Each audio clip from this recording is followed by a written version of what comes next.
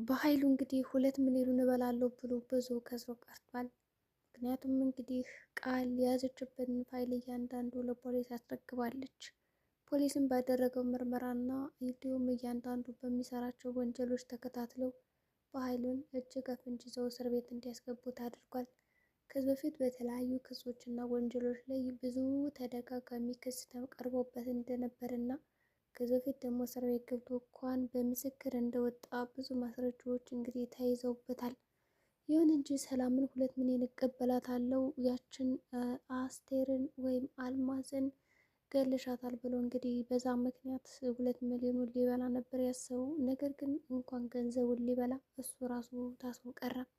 ታዲያ አሁን ይህ 2 ሚሊዮን ገንዘብ አምጪ የተባለችው እንዴት ይከፈላል? በኃይሉ እንግዲህ ቃል ብዙ በፍላሽ የያዘቻቸው መረጃዎች እና ምን አይነት ጨካኝና አረመኔ ሰው እንደሆነ እንዲሁም ደግሞ እያንዳንዱ ስራ ከዚህ ውስጥ እንዳስገባት እሷ ስትቀርጸውም እንዲሁም ደግሞ በጣም እንግዲህ ብዙ መረጃዎችን ይዛበት ነበረ። ሆኖም እንግዲህ በሂሳብ ድርድር አለስማማ በማለት በሁለታቸው መካከል እንግዲህ ትልቅ ክፍተት ይፈጠራል። በዚህ መካከል እንግዲህ አንተ ሰላምን ከምትጠይቃት ገንዘብ ቢያንስ ከፍተኛ ድርሻው ለእኔ ይሁን ስትል ቃል ጠይቀውም ነበረ። እንግዲህ በመጀመሪያ እንደዛ ከጠየቀችውም በኋላ አቶ በኃይሉ ግን እንዴ የምን ግማሽ ነው ደግሞ ሩብ እንኳን አልሰጥሽም እንኳን ግማሽ በግማሽ በማለት አባሯት ነበረ። ይህንንም እንግዲህ ቃል ቁጭ ብላ በስልኳ ሪከርድ አድርገዋለች። እያንዳንዱ ንግግራቸውም እንግዲህ ቀርጸዋለች። እሱ ግን አላወቅም። መጀመሪያ እንደመጣች እንግዲህ አይታችኋት ከሆነ ስልኩን ጠረጴዛ ላይ ነው ቁጭ ያደረገችው። ይህ ማለት እንግዲህ ቀድሞ ሪከርድ እያደረገችውም ነበረ። ነገር ግን በኃይሉ እንዳያት ስልኳን ከፊቷ ላይ ነው ቁጭ ያደረገችው። እሷ ስትመጣ አጅሬት ግን ገና ከመንገድ ላይ እያለች ነበረ ሪከርዱን ከፍቶ የመጣችው።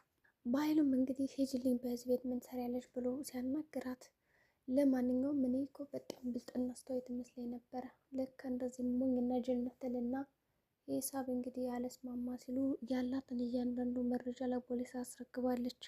በሌላ በኩል እንግዲህ በኃይሉ ጠላቶቹ ሰፍ ብለው እየጠበቁት ይገኛሉ። በመጀመሪያ ደረጃ እንግዲህ ጠላቱ አጅሪት ሰላም ብትሆንም እሱ ግን እህቱን ዝም ብሎ እያሳደደ ሌላ ጠላት ያፈራል። አንድ ሰው እንዴት ነው የገንዘብ የራሱን ሰው እያሳደደ ግን ደግሞ ሌላ ጠላት የሚያፈራው?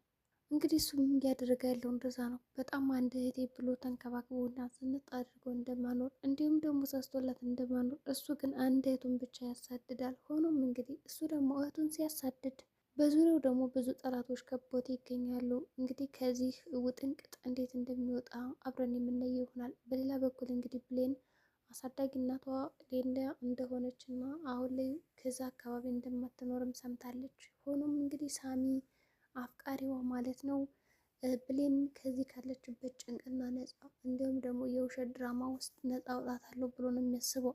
ሳሚ ይህንን ነገር ያሰበው በእርግጠኝነት ከዛ ዳግም ጋር ከሚባለው የፍቅር ግንኙነቷን አቋርጣ ወደ እኔ ትመጣለች በማለት ነው እንጂ ያለምንም ጥቅምማ መቼም እናትሽ ሰላም ነው ብሎ ደውሎ ሊነግራት አይችልም። ሆኖም ሳሚ ይህንን በማሰብ እንግዲህ ምናልባትም አንድ ቀን እውነቱ ሲገባት እና እኔ እንደምወዳት ስታውቅ እንዲሁም ደግሞ ትክክለኛ እናቷን ራሱ ከነገርኳት ወደ እኔ ትመለሳለች ብሎ ነበር ያሰበው። ሆኖም ስልኩን ከደውለ በኋላ ገኒ ነበር ያነሳችው። ገኒ ያልጠበቀችው ነገር ሰማች። ድምፁን እንኳን ለማረጋገጥ አልሞከረችም። ያ ድምፅ እንግዲህ የሳሚ እንደሆነ ከዚህ በፊት ደግሞ ተደጋጋሚ ስልክ እየደወለ የሚያስቸግራት አፍኖ ሊገላትም የነበረ ሰው ነው። እንግዲህ ሳሚ ግን ስልኩን ስታነሳው እንዴት አላወቀችውም? ይሁን እንጂ እንግዲህ ብሌን ለማንኛውም እናትሽ ትክክለኛ ወላጅ እናትሽ ሰላም ናት ብሎ ይነግራታል። በዚህ ቅጽበት እንግዲህ ገኒ ምንድን አደረገችው? ልጅንማ ሁለተኛ እንደዚህ ልትጎዷት አትፈቅዱም፣ በቃ አልፈቅድላችሁም። ሲጀመር እኔ እናቷ እያለሁ ከዚህ በፊት ራሱ ያደረጉን ነገር በጣም ጸጽቶኛል። ገና ለገና እናትሽ ናት ስላሉሽ ብቻ ፎቶዋን አምጥቼ እነሷንም እንደው ወጥቼ ቤትሽ ድረስ አመጣዋት፣ እንደው ይቅርበኝ በማለት ነበር እንግዲህ የመለሰችላት። ብሌን ምንም ችግር የለውም እናትዬ በማለት የምትነግሪኝ ነገር ካለ ነገር ትላታለች። ግን እንዴት ትንገራት? በጣም ሳስታለች። በእርግጠኝነት አሁን ገኒ ራሱ ትክክለኛ እናትሽ ሰላም ናት ብትላት እንኳን የምታመን አይመስልም። ነገር ግን ልታመን ትችላለች። ምክንያቱም ቃል አሁን የእሷ ልጅ እንዳልሆነ ታውቃለች። ግን ደግሞ ምናልባት እንደ በፊቱ የሚጫወቱባት መስሎ ሊታያት ይችላል። ገኒም እንግዲህ እዚህ ጋር ሳሚ እውነቱን ሲነግራት ምንድን ነው አሰበችው? ምናልባት ይሄ ደግሞ አዲሱ ጨዋታቸው ቢሆንስ ልጅን ለመጉዳት ያሰቡት ሀሳብ ነው እንጂ በእርግጠኝነትማ በዚህ ቅስፈት እናትሽ ተገኝታለች ብለው አይናገሩም ትላለች ማለት ነው። እንዲሁም ደግሞ ብሌን ያች እናቷ እንዳልሆነች ነግራታለች። በዚህም ቅስበት እንግዲህ ወይዘሮ ሰላም ትክክል እንዳልሆነችም ተረድታለች። ሰላም ደግሞ አሁን ላይ ገድያታለሁ ብላ እንግዲህ ራሷን እያስጨነቀች ነው የምትገኘው። እንግዲህ ጭንቀቱን አለቋቋም ብላ እያስመሰለች ትገኛለች፣ አብዳለች። በዚህ ቅስበት እንግዲህ ሰላም ምንድን አደረገችው? 2 ሚሊዮኑን አምጪ ከተባለች በኋላ አንድ ሀሳብ ይመጣላታል። እንዴት ነው ሁሉ ገንዘብ ልከፍል የምችለው? ደግሞ የት አምጥቼ? መቼም ያለኝን ቤቴንም አልሸጥም። ይቺ ያለችኝ አንድ ቅርስ እኮ ናት። እና ደግሞ እኔ እንኳን እስር ቤት ብሄድ ራሱ ልጅን ለማን ትዬ እሄዳለሁ? በማለት እንግዲህ ስለ ልጇ ማሰብና መጨነቅ ጀመረች። ነገር ግን ይቺ ቃል አስመሳይዋ እንኳን እንደ እናት ልታያትና በቃ ብታብድ ራሱ ደስታዋም ነበረ። እንግዲህ መኝታ ክፍል ሄደች እና አጅሬት ገዳይ ነሽ እያለች በአእምሯ እየተመላለሰ ስታስጨንቃት፣ እንዲሁም ደግሞ ሳሚ ራሱ ይህንን ገንዘብ አምጪ አስተካካይ 2 ሚሊዮን ብሎ ሲያስብ በኃይሉ እንግዲህ ያው ድምጡን ቀይር አድርጎ ነው እንዲያወራት የተፈለገው ሳሚ እንዳትለየው ማለት ነው። በዚህ ቅጽበት እንግዲህ በኃይሉ በደስታ ተውጦ ነበረ። ምክንያቱም 2 ሚሊዮን ገንዘብ ቀላል አይደለም። ግን ሳሚ ከዚህ ጋር ደግሞ ፊት ለፊት እሱ ስራውን እያከናወነለት ቢሆንም አንተ ገንዘብ ነው አይደል የሚያሳስበ ነገር፣ የኔን ህይወት እንደዚህ ጭልም አድርገ ስለ ገንዘብ ብቻ ታስባለህ ታያለህ ይልና እንግዲህ በዚህ ቅጽበት ነው ተናዶ ለብሌን እናት ደውሎ እናቷ እንደሆነች የተናገረው። በኃይሉ በእርግጠኝነት እንግዲህ ሳሚ እንደተናገረ ካወቀ ሳሚን ከመንገዱ እንደሚገድለውና እንደሚያዞረውም እርግጥ ነው። በእርግጠኝነት በኃይሉ መጀመሪያ እንግዲህ ከአካባቢ ማስወገድ አለብኝ ብሎ ያሰበው ነገር አንደኛ ቃልን ነው። ቃል ከተናገረች ሁሉም ነገር ያልቅልኛል ብሎ ነው የሚያስበው እንጂ ሳሚ ይህንን ስራ ይህንን ጉድ ያደርጋል ብሎ አንድም ቀን አስቦትም ሆነ ጠብቆት አያውቅም። ሆኖም እንግዲህ ያልጠበቀው ነገር ነው የተከሰተ። እንዴት ነው ፖሊሶች የመጡት? ማንስ ጠራቸው? ማለት ግራ እስከሚጋባ ድረስ እንግዲህ ቁሞ እየተመለከተ ነበረ። ሰላምም ያንን ብር አምጪ ከተባለች በኋላ የመጣላት ሀሳብ ምን ነበረ? እንግዲህ በኃይሉ አብዳ ወደ ሆስፒታል ገብታ ከዛም በኋላ ውክልና ሰጣኛለች ብሎ ያላትን ሀብትና ንብረት ነበር ለመውሰድ ያሰበው። ግን እሷ ያደረገችው ነገር ምንድን ነው? ቀድማ እብድ ሆነችለት። ምክንያቱም አሁን ላይ እሷ እብድ ከሆነች ምንም አይነት ፌርማ ለመፈረም አትገደድም።